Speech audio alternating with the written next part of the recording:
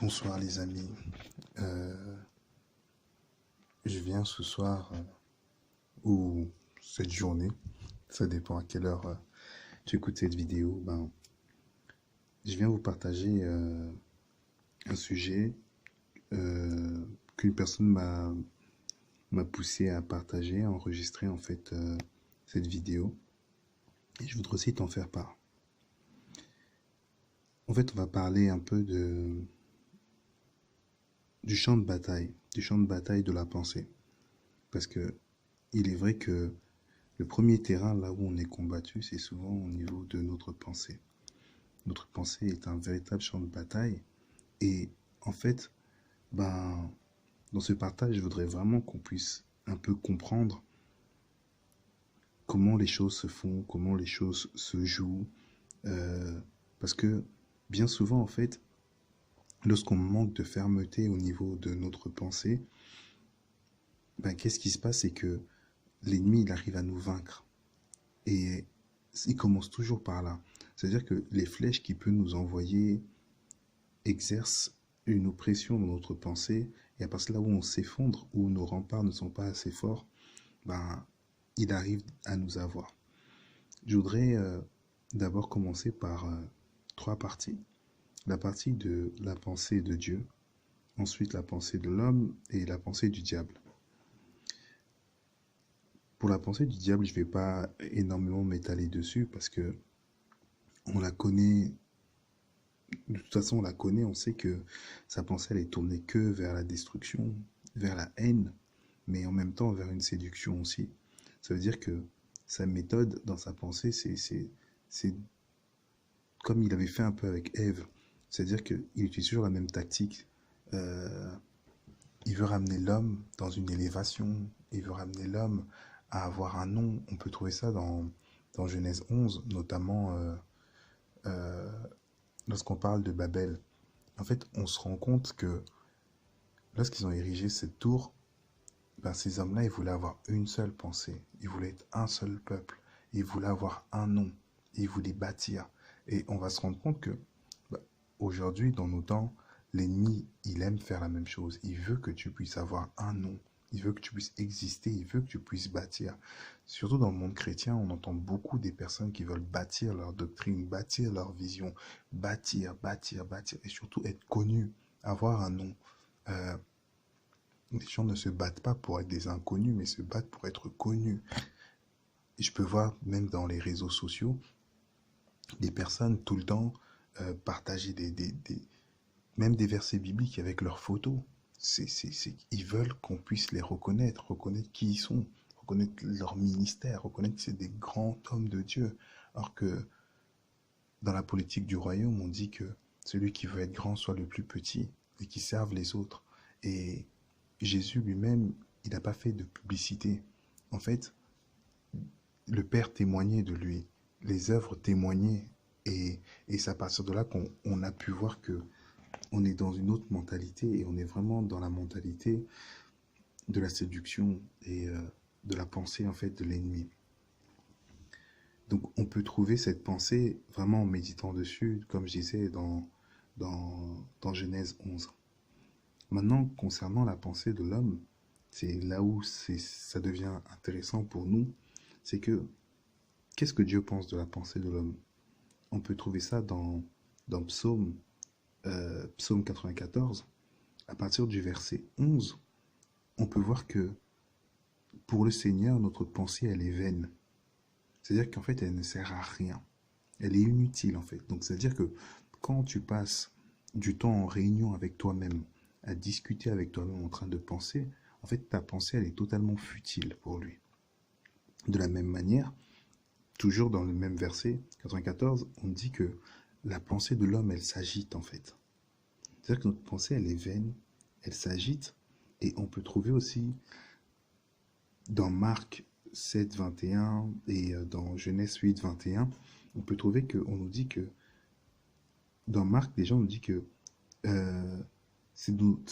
en fait, on a des mauvaises pensées et que c'est de nos pensées que sortent les meurtres, les adultères, etc.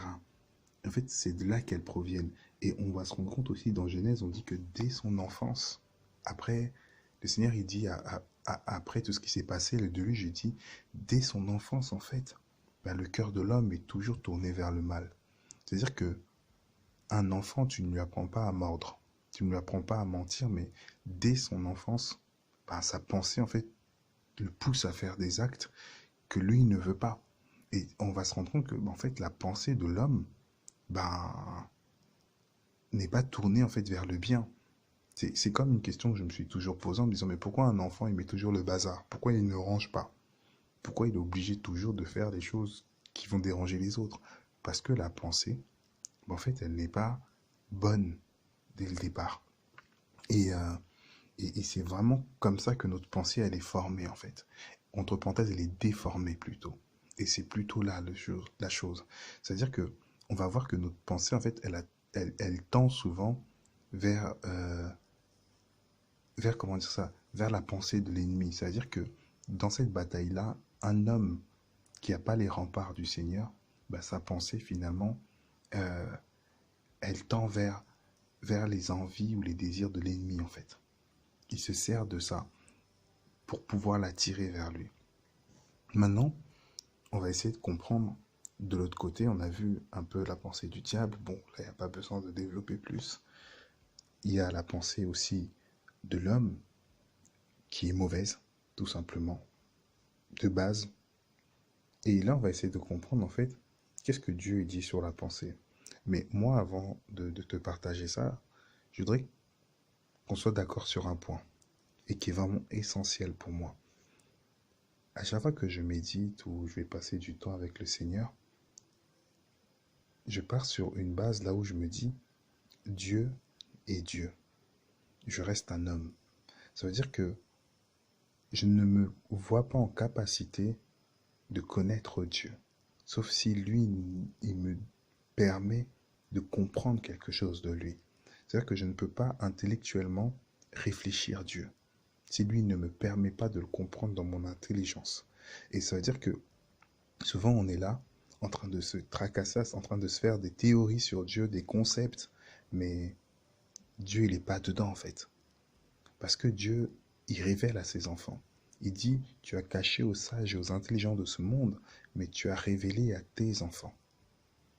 Et Dieu, il révèle en fait les mystères au roi. Et c'est ce qu'il nous dit dans Proverbe. Maintenant, dans les versets en fait, on peut commencer dans Ésaïe 55. Dans Ésaïe 55, le Seigneur, il nous dit très clairement, il pose la base, il dit, mes pensées ne sont pas vos pensées.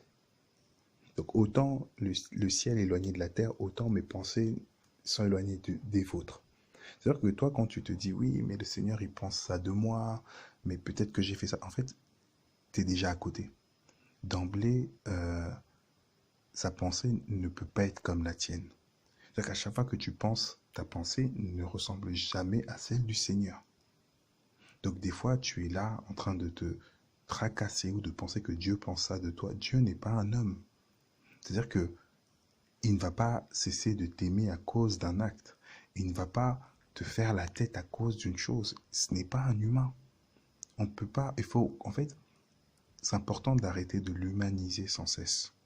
Parce qu'on a toujours tendance à l'humaniser en pensant qu'il va réagir comme notre père, notre mère, notre frère, notre sœur. Mais si c'était ça, ça ne serait pas Dieu.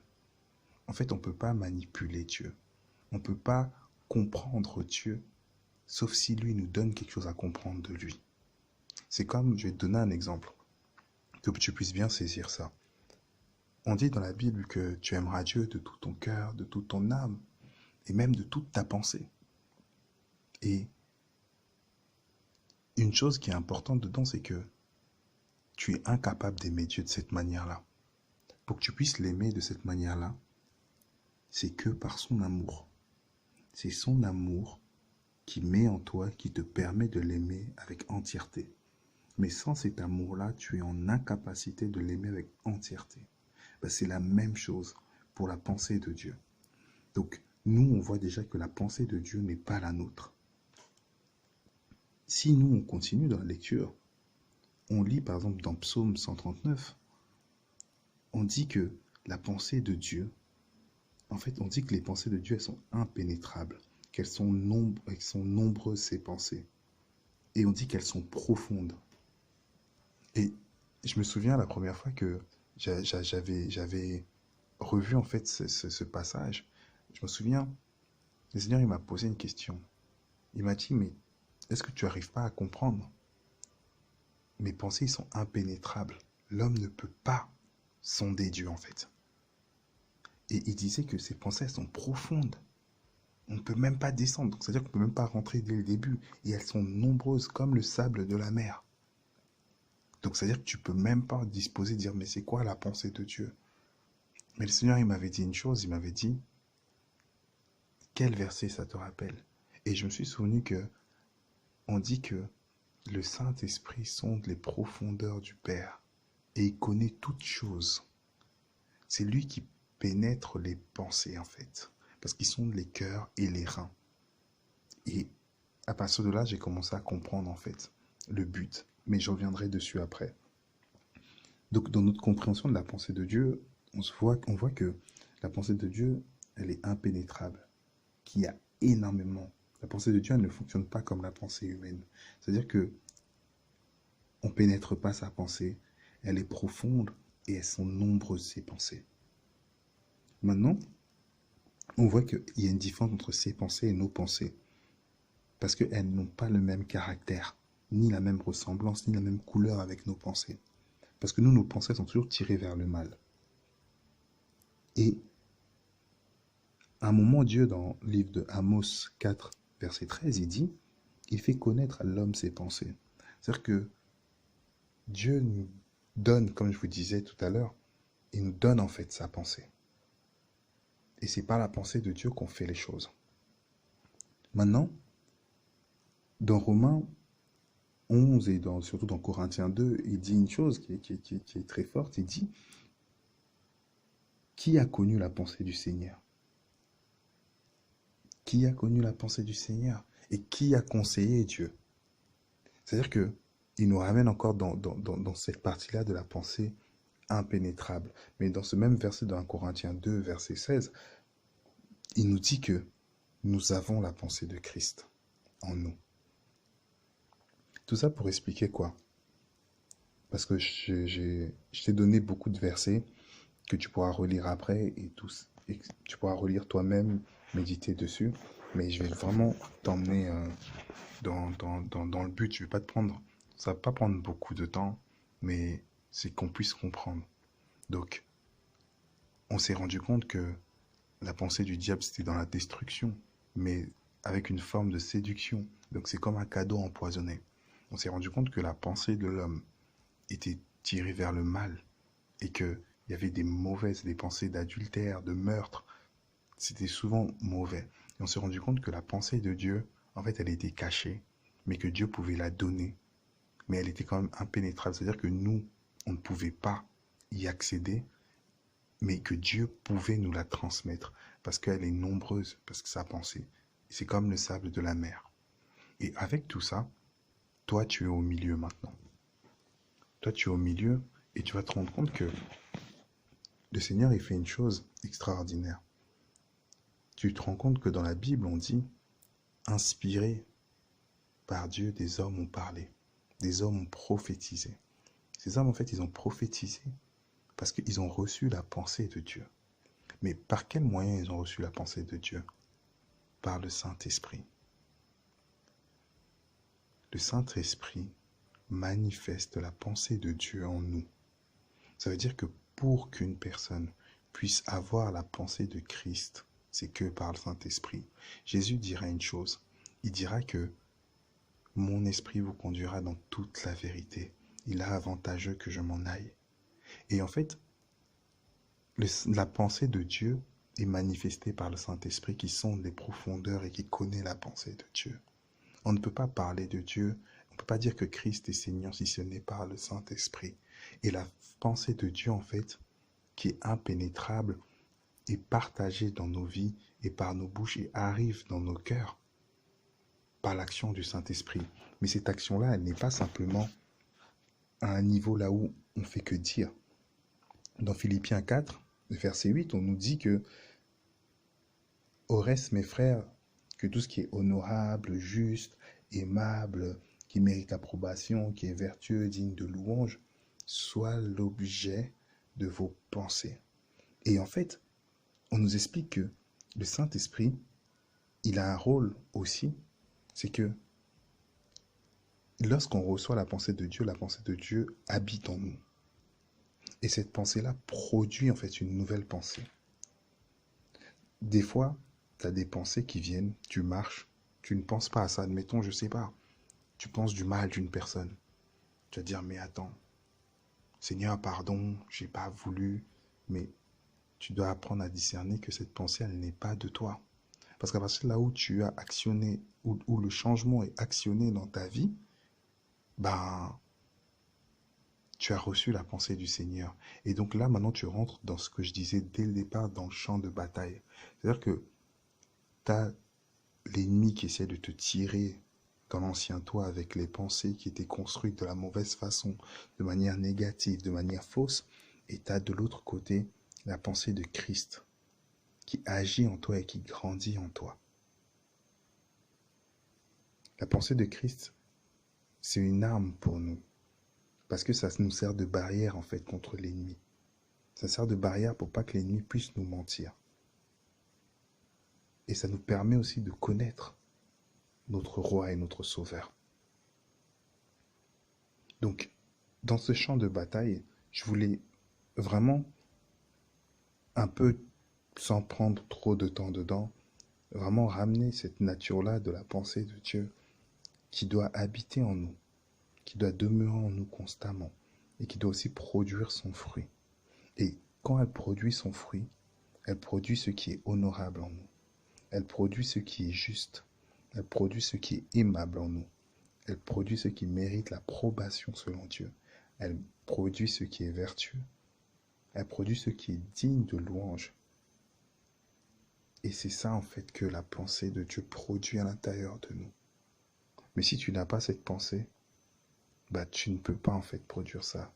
Donc la pensée de Dieu, c'est comme une graine en fait à l'intérieur de nous.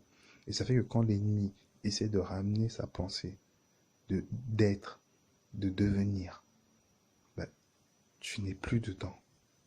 Parce que tu produis que ce qui est vertueux et digne d'approbation selon le Seigneur Jésus. Donc c'est vraiment la pensée, c'est le cas de le dire, que je voulais te partager. Je t'ai dit que j'allais pas être très long dedans, vraiment. Je voulais juste aller à l'essentiel et te faire comprendre un peu cette nature-là sans réellement développer plus. C'est vrai que je t'ai donné beaucoup de versets, mais c'est important aussi de lire les versets, c'est important aussi de comprendre cette pensée-là, mais aussi de faire la différence. C'est-à-dire que toutes les pensées négatives, toutes les pensées de moquerie, toutes les pensées de découragement, aujourd'hui tu es en capacité de voir que ce n'est pas de Dieu, mais c'est de l'ennemi. Parce que toi, ta pensée en fait que tu as reçue de Christ, elle te change en fait. Et elle se base, que comme je t'avais dit, sur les choses qui sont honorables, justes, vertueux et tout ce qui va et tout ce que j'ai pu citer avant. Et à partir de là, tout ce qui vient de l'extérieur, tu ne dois plus l'accepter, mais tu dois rester ferme maintenant dans ta pensée. Quand l'ennemi vient maintenant, t'envoie une flèche. Oh, t'as vu, tu peux faire ça, tu peux te permettre. Toi, tu restes ferme dans cette pensée-là et tu ne te laisses plus avoir. Au nom de Jésus-Christ. Vraiment, mon frère, ma soeur, ma famille en Christ, demeure béni dans le Seigneur. Accroche-toi encore, parce que on n'est pas arrivé au ciel. Je ne suis pas arrivé, tu n'es pas arrivé, personne n'est arrivé. Et comme je dis, on connaît qu'en partie, on a besoin d'avancer. J'ai besoin de toi. Tu as besoin de moi dans la prière. Et surtout, on a besoin de notre Seigneur ensemble. Et vraiment, je t'encourage encore à demeurer ferme dans ta pensée, à commencer à vaincre dans ta pensée, à commencer à te battre aussi, à refuser, à te lever en disant je ne veux plus ça. Et j'ai cette pensée-là du Seigneur qui produit un fruit en moi, qui change aussi ma mentalité, ma manière de voir les choses. Au nom de Jésus-Christ, demeure béni.